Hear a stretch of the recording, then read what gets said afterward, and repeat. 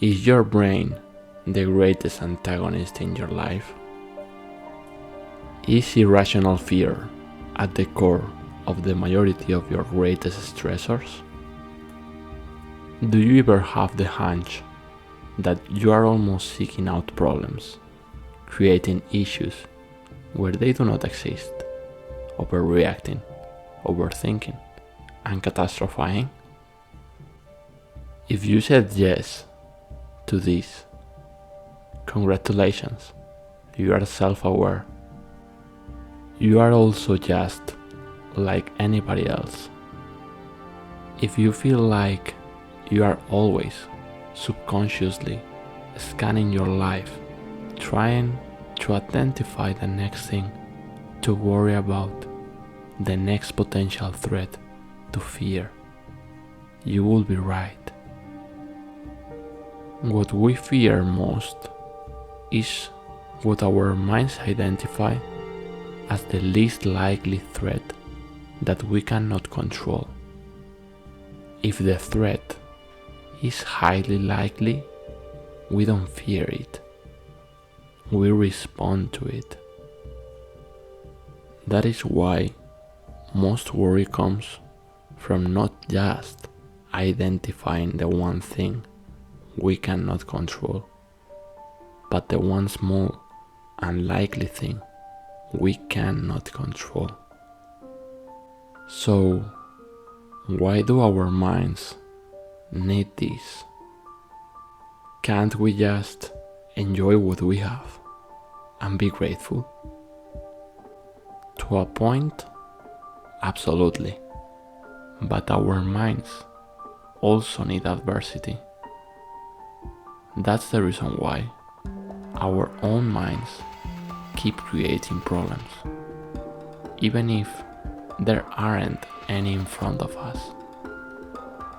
The human mind is something called anti-fragile, which means that it actually gets better with adversity. Like a rock that becomes a diamond under pressure, the mind requires stimulation in the form of a challenge. If you deny and reject any kind of real challenge in your life, your brain will compensate by creating a problem to overcome. It will just be you battling you for the rest of your life.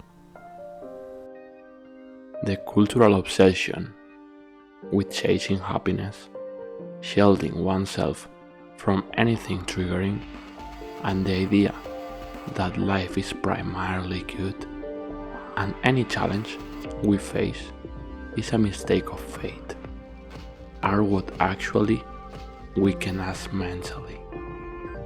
Shielding the mind from any adversity makes us more vulnerable to anxiety, panic, and chaos. Those who can't help but create problems in their minds often do so because they have seized creative control of their existence. They move into the passenger seat, thinking that life happens to them, rather than being a product of their actions. Who wouldn't be afraid if that were the case? But what most people don't tell you is that adversity makes you creative. It activates a part of you that is often latent.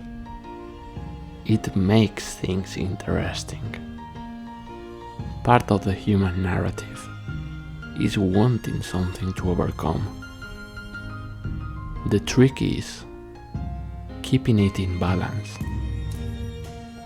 choosing to exit your comfort zone and endure your pain for a worthy cause, focusing on problems that are real problems in the world, like hunger or politics or whatever else, But most importantly, it is about staying engaged with what we can control, which is most things if you really think about it. Anti-fragile things need tension, resistance, adversity, and pain to break and transform.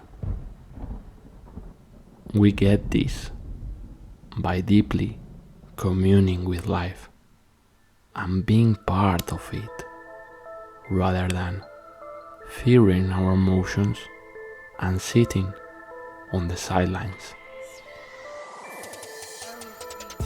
You can't stay there forever, nor do you really want to. Embracing the grit of it all was what you were made for.